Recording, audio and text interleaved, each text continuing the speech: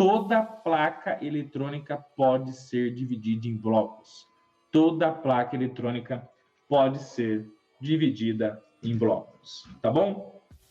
E que blocos são esses, professor? Ó, vem comigo que você passa de ano. Vem comigo que você passa de ano, tá? Bloco número 1. Toda placa eletrônica precisa de alimentação. Bloco número 1. Quero ver quem vai participar aqui comigo.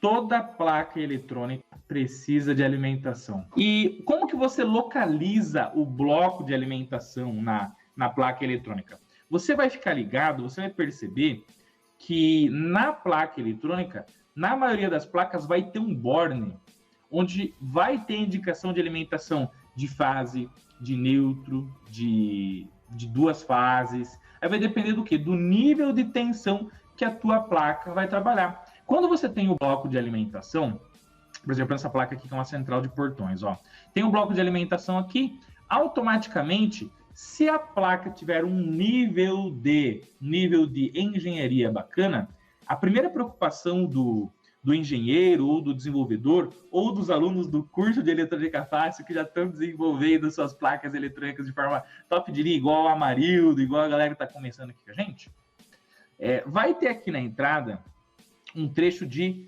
proteção contra curto. Deixa a hashtag depois da alimentação, proteção contra curto aqui para mim no campo de comentários. Quero ver quem está engajado, quero ver quem vai participar. E aí, quem que é a proteção contra curto? É o danado do fusível. Então, alimentação fusível. Pô, olha na placa, tem fusível? Opa, fusível aqui, proteção contra curto, então quer dizer que ali está o bloco de alimentação. Pegou uma outra placa eletrônica aqui, ó. Opa! Olha só o danado aqui, ó. Tá vendo o fusível aqui, ó? Olhou o fusível, pode bater o olho que vai ter alimentação. Opa, alimentação do lado aqui, ó. Rede, top. Olha só. Bateu o olho na placa eletrônica aqui, ó. Fusível. Alimentação da rede. Então, gente, olhou o fusível, a chance de ter alimentação ali do lado é muito grande. Então, deixa a hashtag dica de mestre aqui para mim no campo de comentários. Tá? Isso é a dica do professor Rodolfo. Bateu o olho fusível, alimentação, tá? Bom, depois da proteção contra curto, o que geralmente você tem na sua placa eletrônica? As proteções contra as descargas atmosféricas. Proteções contra descargas atmosféricas. Quais são as proteções contra as descargas atmosféricas? São os famosos DPS, tá bom? O que é um DPS? Anota aí para mim no campo de comentários. Um DPS é um dispositivo de proteção contra surto. Deixa aí para mim no campo de comentários. DPS, dispositivo de proteção contra surto, tá? Quem que são os danados dos DPS? Na maioria das placas eletrônicas, são os varistores, tá? Então, os varistores são DPS e os DPS, eles têm uma sigla, que significa um dispositivo de proteção contra surto, e o varistor, ele é um VDR, tá bom? O que é um VDR? Um VDR, inclusive se a galera tiver afim, anota também que isso é importante, tá? Um VDR é um resistor que depende de volts. E mais uma vez o Chaves estava certo, que para você entender inglês e traduzir o inglês, basta ler ao contrário, né? O que é um VDR? VDR, resistor que depende de volts, tá bom? E o Chaves estava certo. E o que acontece? No VDR, nos dispositivos que são VDR, quanto maior é a tensão, menor é a resistência. Quanto maior é a tensão, menor é a resistência. E quanto menor é a tensão, maior é a resistência. Ou seja, nos dispositivos VDRs nas placas eletrônicas, tensão e resistência andam em caminhos opostos. Se um sobe, o outro desce. Se o outro sobe, o outro desce. E qual que é a sacada do varistor? A sacada do varistor é a seguinte, que você compra o varistor a partir da tensão nominal dele de funcionamento. Então, por exemplo, um varistor para 160 volts, um varistor para 165 volts, um varistor para 200 e poucos volts, um varistor para 300 e poucos volts. E aí, a tensão nominal do varistor é aquela tensão que a partir dali, a partir daquela tensão nominal do varistor, ele pega a resistência dele, se passar daquela tensão entre os seus dois terminais, ele tende a colocar a resistência a zero. E aí, opa, subiu a tensão, puf, resistência tende a zero. Resistência tendeu a zero. O que vai acontecer? Se você tem uma resistência a zero, o varistor está localizado aonde? Geralmente na saída da sua alimentação. Então, tem o fusível, depois do fusível vai ter o varistor, tá?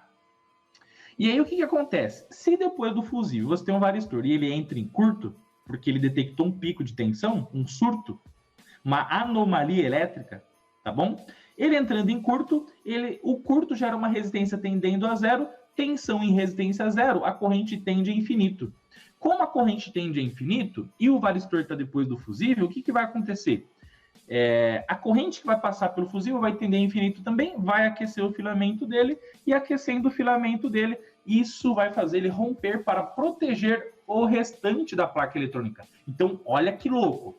Bateu o olho, localizou o fusível, vai ter um borne de alimentação. Borne de alimentação fusível, dispositivo de proteção contra surto, e vamos para cima, energia positiva, vamos que vamos.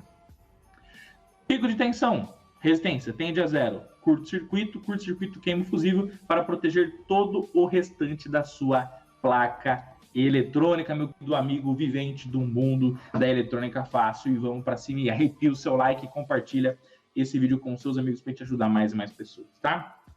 Depois da proteção contra surto, se você tem fonte linear, tá? Se você tem fonte linear, o fato é o seguinte, que geralmente você tem borne de alimentação, fusível proteção contra curto, pode ter lá o varistor, e aí você vai alimentar um primário de um transformador. Então vai alimentar o enrolamento primário.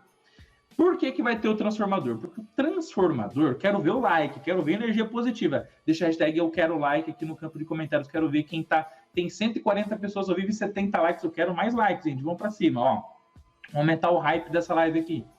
O transformador, o que ele vai fazer, gente? Ele vai fazer o seguinte, ele vai fazer uma adaptação de tensão, tá bom? Todo transformador faz uma adaptação de tensão. Todo transformador faz uma adaptação de tensão, independente das fontes, seja fonte linear ou fonte chaveada. Em ambas as fontes ele vai fazer a mesma coisa, só que ele vai ter aspectos construtivos diferentes, tá? Ok? E o que acontece? Acontece o seguinte, que nas fontes lineares, você tem então entrada de energia, proteção contra curto, proteção contra surto. Você tem daí o primário do transformador, recebendo diretamente a tensão de alto valor ali, de 127, tensão da rede, 127, 220 volts RMS no primário, ele vai adaptar para um outro nível de tensão no secundário. Que tensão é essa? Depende do nível de tensão que o teu circuito vai trabalhar. Se você está falando de uma placa eletrônica que vai fazer ali um monte de trabalho com cargas de 12 volts, a chance de você ter um secundário em 12 volts é muito grande. Se você tem uma placa que está sempre com tensão nominal de 24 volts, para você alimentar um banco ali de solenoides, que vão trabalhar com válvulas eletropneumáticas, eletrohidráulicas, 24 volts para controlar algumas bombas, enfim. A chance de ter um secundário em 24 volts é muito grande. Secundário em 24 volts. Ou seja, anota isso que eu vou te falar aqui. A tensão do secundário do transformador, quero ver quem está comprometido aqui comigo. A tensão do secundário do transformador, ela vai ser baseada na tensão nominal que a maioria das cargas do nosso circuito eletrônico vão precisar.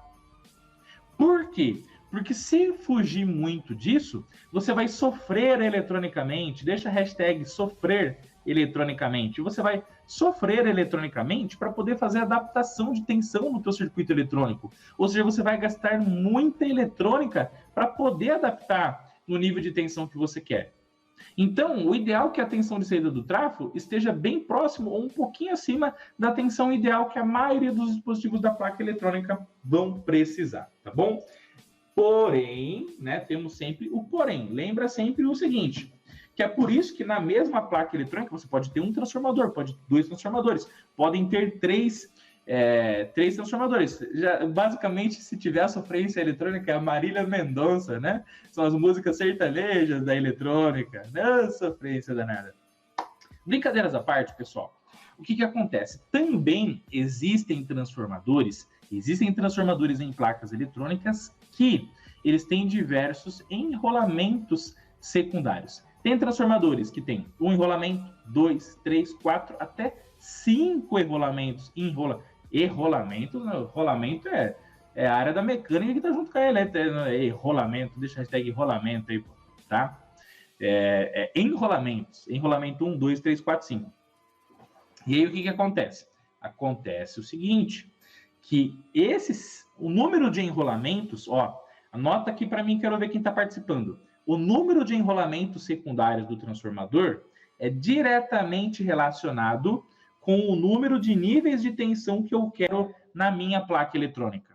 Mais uma vez falando, o número de enrolamentos secundários do meu transformador é diretamente relacionado ao número de níveis de tensão diferente que eu quero na minha placa eletrônica.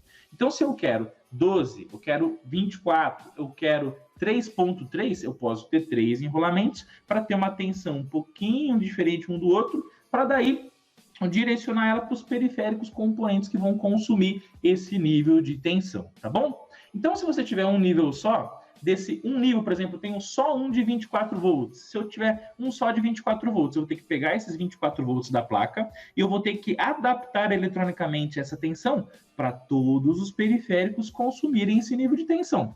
Se eu tiver somente 12 volts, eu vou ter que adaptar os 12 volts da minha placa eletrônica, vou ter que adaptar os 12 volts para que daí todo mundo para que todo mundo que precisa de 5, 3.3, 9 receba o nível adequado. Por quê? Porque se você não recebe o nível adequado de tensão, você tem sobrecarga de diferença de potencial, que gera sobrecarga de corrente elétrica, que faz as coisas aquecerem. Aquecendo, podem entrar em curto ou entrar em aberto, virem a queimar e parar de funcionar. Não é isso que a gente quer. Tá bom? Mas vamos para cima para não perder o hype. Deixa o like, a sua inscrição no canal, o seu like, vamos para cima, tá? Então, você tem entrada de energia, proteção contra curto, proteção contra surto. E aí, o que acontece? Se for no fonte linear, já vai para o transformador direto. Se for em fonte chaveada, como a fonte chaveada ela trabalha com um liga e desliga do primário do transformador em altas frequências, geralmente você vai rodar em dezenas de kHz, então 10 kHz, 20 kHz, e aí cada projeto de fonte chaveada vai ter a sua frequência de chaveamento. Deixa a hashtag aqui, frequência de chaveamento, para mim no campo de comentários. Quero ver quem está ao vivaço aqui comigo. Obrigado pela participação, gente. Vocês são demais. Tamo junto, família. Juntos somos mais fortes, tá? Exatamente, são os TAPs. Romarinho, parabéns, meu querido. Boa, O que acontece? Como você tem uma alta frequência de chaveamento no primário dos transformadores das fontes chaveadas, geralmente você tem na entrada da fonte também filtros contra interferências eletromagnéticas, são filtros de EMI. O que é EMI? É interferência eletromagnética, tá? E aí, o que acontece? Acontece o seguinte, que nessa interferência eletromagnética, através do autochaveamento que você faz no liga e desliga das fontes chaveadas, as trilhas podem virar antenas. Então, daí, o que você faz? Você tem que desacoplar qualquer tipo de interferência que possa vir do meio externo para o meio interno da sua placa eletrônica. Como é que você faz isso? Você faz isso com capacitores do tipo X, capacitores do tipo Y, você faz com indutores, você faz com ferrite, tá? E olha só que louco, né? A gente está falando de chaveamento, está falando de proteção já, mas no bloco, detalhe, nós estamos falando aqui, gente, só do bloco de alimentação, né? Lembra que eu falei? Você tem que dividir um problemão, que é a placa toda, em problemas menores. Dividir um problemão em problemas menores, o que vai acontecer? Automaticamente, aquele bloquinho que você está analisando passa a ser o seu problemão. Você vai dividir em probleminhas e probleminhas, e você vai desbravando aí, e vai tendo uma assertividade maior para entender como funcionam os componentes do fantástico mundo da eletrônica, tá? O que acontece? Na fonte chaveada, você tem um alternado passando pela proteção contra curto, surto e os filtros de ruído. Depois disso, você já tem um processo de retificação. Por quê? Porque o fato é o seguinte, para que você possa ligar e desligar em dezenas de kHz o primário do transformador, de ferrite, né? E aí que está a diferença, né, professor Rodolfo? Por quê? Mas por que o transformador da fonte chaveada é tão pequenininho e o da fonte linear é tão grandão? A diferença é que um usa núcleo de ferro-silício e o outro usa núcleo, tá bom? E o outro usa núcleo do quê? De ferrite. E o que acontece? O ferro-silício, ele é um material que ele vai ter ali a sua permeabilidade magnética, o fluxo magnético passando entre as placas, para aumentar a indução do campo eletromagnético do primário para com o secundário em baixas frequências, então 60 Hz, 50 Hz e por aí vai. Já o nosso núcleo de ferrite, o que acontece? Você consegue ter a mesma capacidade de fluxo, de densidade do fluxo magnético passando entre do núcleo e tal, em toda a circulação, para estimular cada vez melhor a transferência das linhas de campo do primário para o secundário em altas frequências. Então, com uma alta frequência no ferrite, com muito menor tamanho, com muito menor núcleo, você consegue o mesmo rendimento que o transformador gigantesco de ferro-silício. Então, o que acontece? Você vai ter que elevar a frequência que você trabalha no seu transformador. Para você elevar essa frequência, você precisa pegar os 60 Hz que vem da rede, você precisa pegar os 60 Hz que vem da sua rede, e você precisa automaticamente transformar o alternado em contínuo. Você precisa transformar o alternado em contínuo. Por quê? Porque você pega o alternado de 60 Hz, converte para contínuo, e é sempre por isso que depois da ponte retificadora, na área de conversão, você tem um capacitor. Esse capacitor aqui, depois da conversão do alternado para contínuo, ele vai linearizar essa tensão. Linearizando, essa tensão vai para um CI, que vai fazer o chaveamento, que é o nosso querido CI chaveador. E o CI chaveador, o que ele vai ficar fazendo? Ele vai ficar ligando e desligando o primário do transformador, de maneira a esse ligamento e desligamento do primário induzir um campo eletromagnético no secundário. Por quê, gente? Ó, lembra o seguinte: para você induzir tensão de um enrolamento no outro, para você induzir tensão de um enrolamento no outro no transformador, você precisa ter variação do fluxo magnético. Para você ter variação do fluxo magnético e do campo eletromagnético, você não pode manter a corrente elétrica sobre ele constante. É por isso que quando você pega um transformador e injeta corrente contínua constante nele, ele queima. Por quê? Porque se você colocar uma tensão contínua na bobina do transformador, qual que é a resistência dela? Apenas a resistência do cobre. Se você pega e tem somente a resistência do cobre lá no enrolamento do transformador, o que vai acontecer? Automaticamente a resistência tende a zero, vai circular uma alta corrente por ele, sobreaquece, derrete a isolação do fio, que é o nosso querido esmalte que protege, que isola uma bobina da outra, e o transformador entra em curto e vira uma desgraça eletrônica. Deixa a hashtag desgraça eletrônica aí no campo de comentários. Tá bom?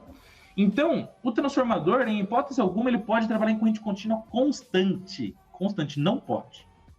Por quê? Porque o que faz ter uma corrente controlada circulando pelas espiras e por suas bobinas é a questão da frequência que está sendo submetida a ele, tá bom? Quando você pega uma frequência e aloca num indutor, numa bobina, você tem uma coisa chamada reatância indutiva.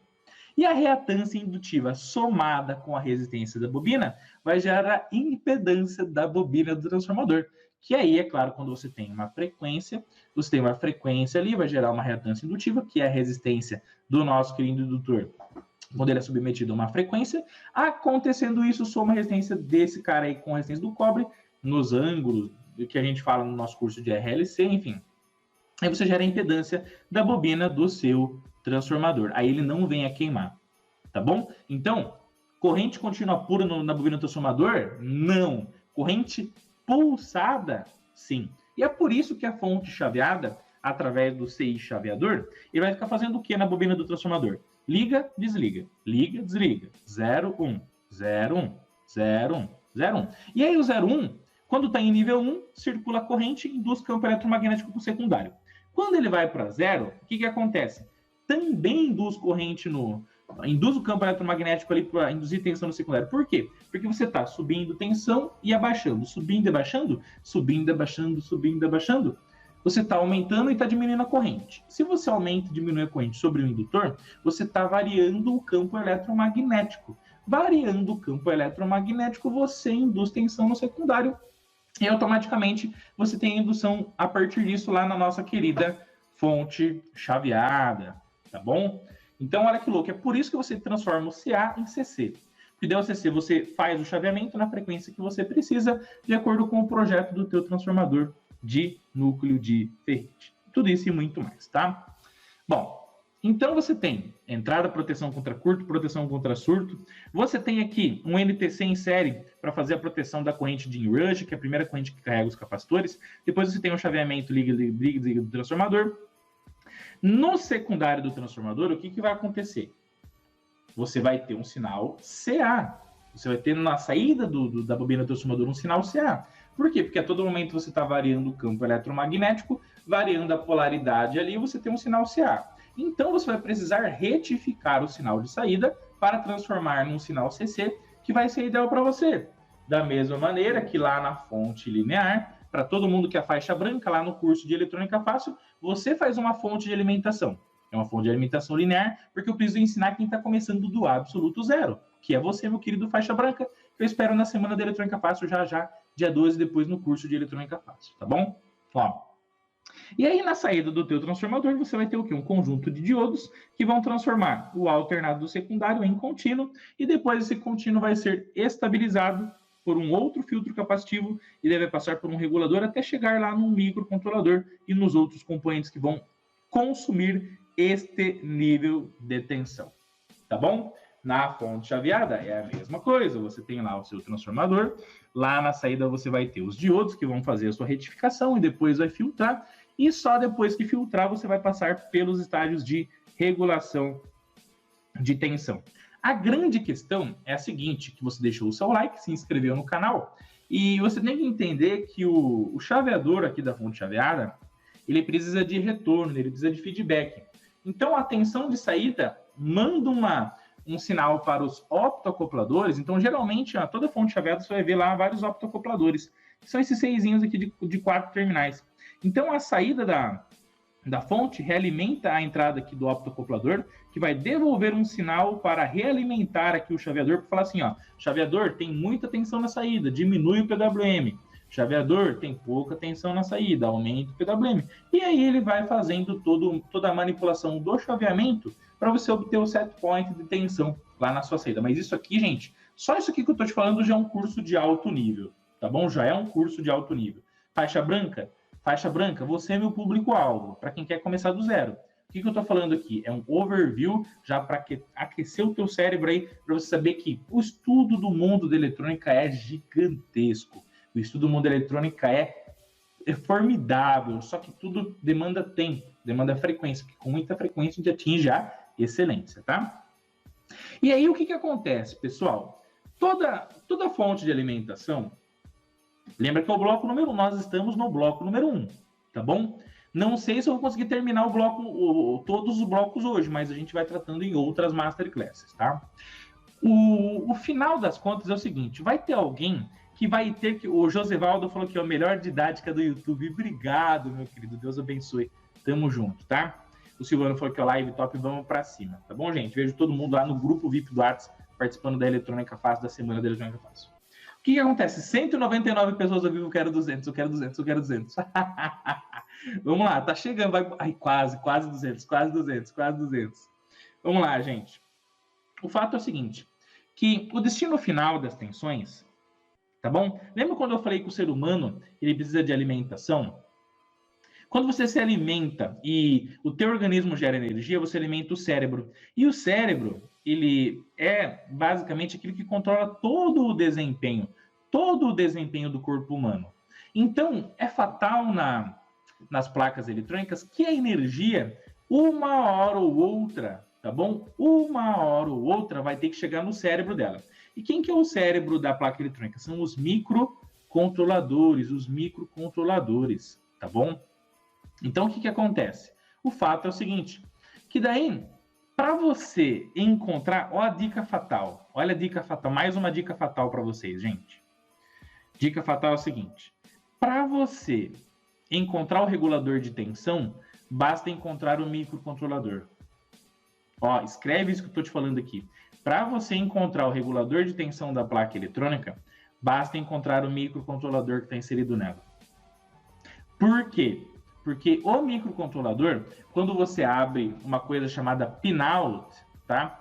Quando você abre uma coisa chamada de pinout, o fato é o seguinte, que você vê lá o pino que é o VCC e o pino que é o nosso GND, o VSS do nosso querido microcontrolador.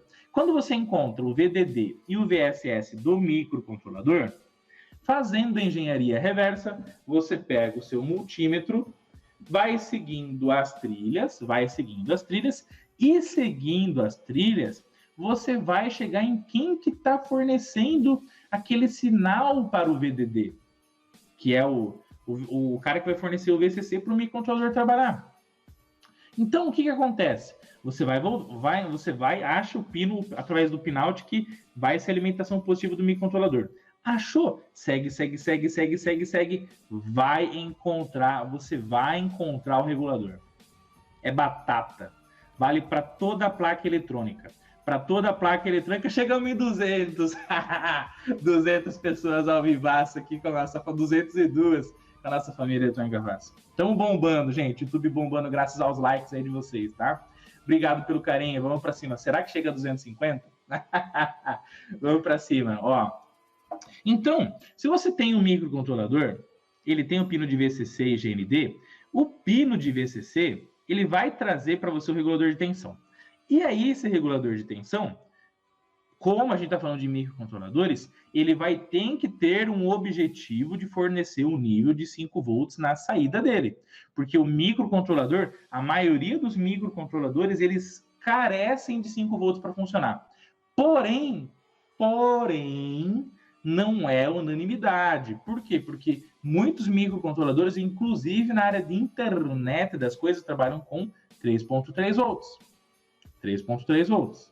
Então, o que você tem que ficar ligado? Tem que ficar ligado no seguinte, que vai ter regulador de 5 volts e regulador de 3.3 volts. E aí, isso já puxa mais um conhecimento que você tem que ter. Que é o quê? O conhecimento dos datasheets dos microcontroladores. Tá? E aí, quando você aprende a usar o datasheet do microcontrolador, você vai localizar se ele vai trabalhar com 5 ou com 3.3. Se tiverem, por exemplo, vários circuitos integrados na sua placa, pode ser que circuitos integrados trabalham com 5 e outros trabalham com 3.3, que inclusive é o caso do nosso Arduino Uno. No Arduino Uno, nossa placa de programação didática, você tem o Atmega 328P, que é um microcontrolador que trabalha com 5. Porém, ele tem um regulador de 3.3 volts para gerar para você uma referência 3.3 para interagir com outros módulos externos que vão trabalhar junto com o cérebro, com o microcontrolador, para que você possa desenvolver o projeto massa, tá? Então, tudo uma hora acaba caindo no regulador. Chegou no regulador, é batata, você consegue saber se ele está fornecendo o nível de tensão para o teu microcontrolador funcionar com sucesso. Recapitulando, alimentação, proteção contra curto, proteção contra surto. Depois da proteção contra surto, proteção contra interferências eletromagnéticas. Depois da proteção contra interferências eletromagnéticas, controle de corrente de inrush através do NTC. Retificação, link DC, estabilização de tensão, chaveamento na saída aqui do transformador, outra retificação, outra estabilização, depois outra estabilização, aqui por exemplo, vamos supor que você teve uma saída de tensão em 12, o regulador vai trabalhar em 5 para poder alimentar os circuitos integrados. Agora, se você tiver também 6 que trabalham com 12 volts na sua placa eletrônica, você pode pegar os 12 estabilizados e enviar para eles também e está tudo bem. Alguns 6 da tecnologia CMOS trabalham com os 12 volts, então também tá show de bola, tá bom?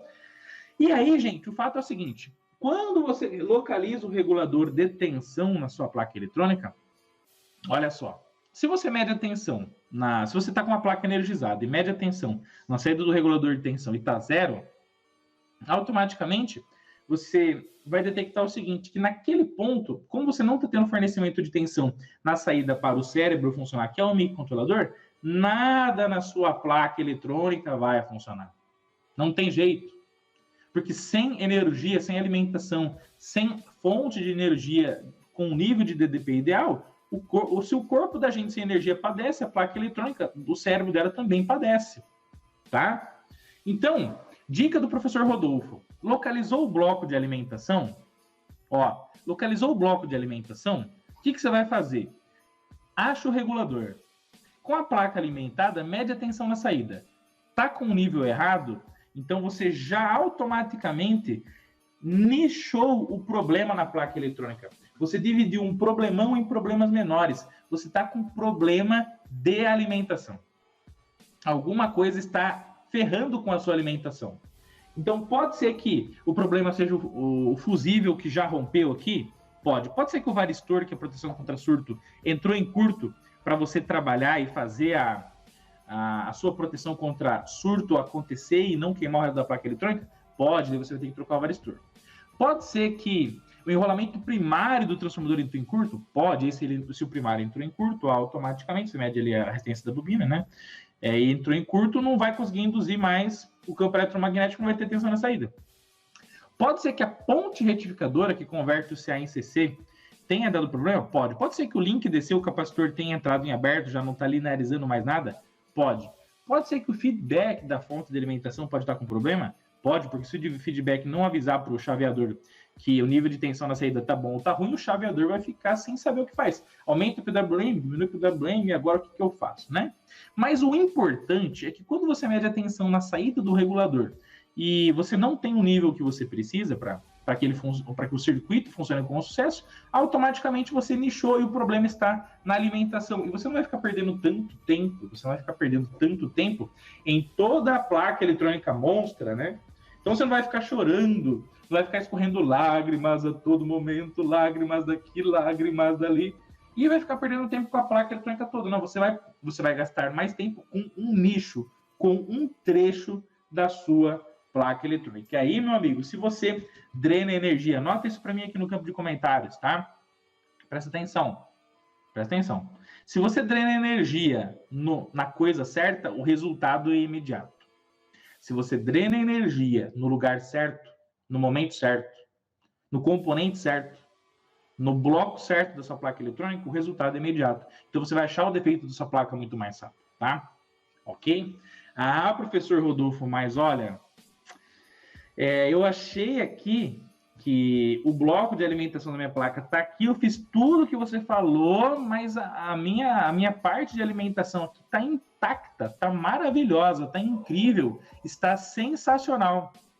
Bom, se está todo mundo bom, então o que está fazendo